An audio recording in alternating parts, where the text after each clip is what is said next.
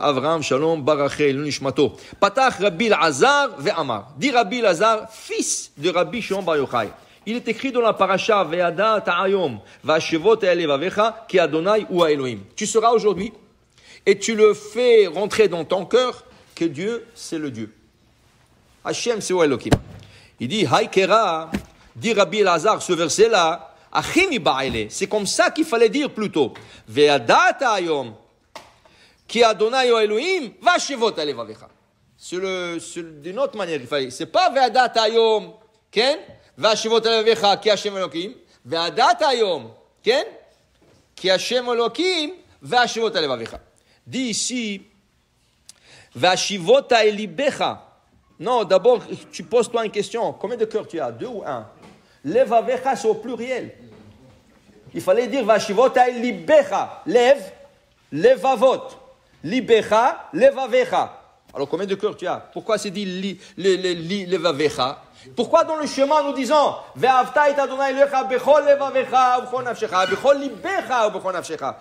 même question se pose sur le chemin. Pourquoi on dit levavecha ou levavecha? C'est au pluriel. En singulier, un cœur, c'est libecha, lev shelcha. C'est le raccourci du 2 mots, lev shelcha, libecha. Dit le Zohar, alors comment ça se fait qu'on dit levavecha? Et là, Amar Moshe, si tu veux savoir et tu veux reconnaître Hachem, d'abord tu dois commencer par ton cœur et tu dois pencher levavecha, maze levavecha, yetzera tov vetzara. Dans le cœur, il y a 2 grandes sortes. Dans une, c'est le yetzera tov, l'autre c'est le tzara. Et ceux-là, ils poussent. Toute la journée, ils poussent. Un, il te dit, viens ici, va faire ça. Et l'autre, il dit, non, c'est interdit, c'est pas cacher, c'est... Toute la journée, tu as une guerre dans ton cœur. Alors il dit, tu commences par ton cœur. Prends le Yetzirah, c'est mauvais, et tu l'emmènes vers la Torah. Alors je vous donne un exemple. Une fois, le Chafetz Chaim, il avait déjà 80 ans. Il était très âgé, le Chafetz Chaim. Et il neigeait dehors, c'était glissant. Et lui, il allait à la synagogue, ça lui prenait un peu de temps pour aller à la synagogue. Alors il s'est levé pour se préparer.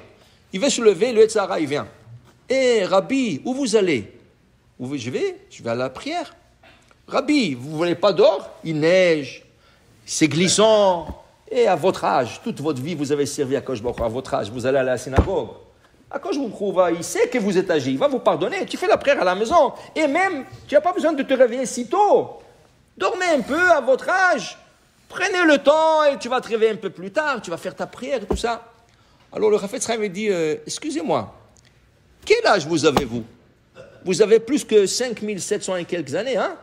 Et vous êtes réveillé avant moi pour me dire de ne pas aller à la synagogue? Alors si vous avez 5000 ans, vous êtes réveillé avant moi, plus forte raison que je vais aller. Il s'est réveillé vite, il est parti à la synagogue. Tu vois, tu prends le Yetzirah et tu le retournes. Tout ce qu'il veut te faire, et tu retournes ça, tu retournes dans ton cœur, tu retournes. Alors tout ce qu'il veut lui te faire, okay? Pourquoi? Parce que lui, il veut te tuer. Lui, il veut t'enlever de ce monde. Et il y a un rabbi qui a dit à ses élèves, toujours, quand le Yetzirah, il vient avec une idée, visualise-le avec une hache dans la main, il veut te couper la tête. Alors, chaque fois, le rabbi disait ça. Alors, il y avait un chassid qui disait, Rabbi, chaque fois, j'essaie de faire ça, et je n'arrive pas à le visualiser. Et le rabbi lui a dit, parce qu'il t'a coupé déjà la tête. Tu comprends? Alors, tu dis, va shivot alevavecha. Pourquoi c'est écrit Ve'adat hayom ki Hashem ou Elokim? Tu veux savoir que Hashem ou Elokim, dit Rabbi Shimon Bar Yochai, Rabbi Elazar, fils de Rabbi Shimon Bar Yochai. D'abord, va'ashevot elevavecha. Le travail de service d'Hashem commence dans le cœur, en prenant le Yetzirah et en le tournant vers le service d'Hashem. Tout ce que Yetzirah te dit de faire, tu fais le contraire. Et le Yetzirah, c'est sur place, sur le moment. Quand il te dit fais quelque chose, si tu prends quelques minutes de réticence et d'attente, tu vas voir que l'envie va passer. Parce qu'il nous pousse. Et quand il nous pousse, on fait les choses, on n'y pense pas. C'est rien qu'après on dit, j'aurais dû pas le faire. J'aurais dû pas le manger. J'aurais dû pas écouter. Mais si tu aurais attendu quelques minutes, Ken, tu vas voir qu'il va se passer.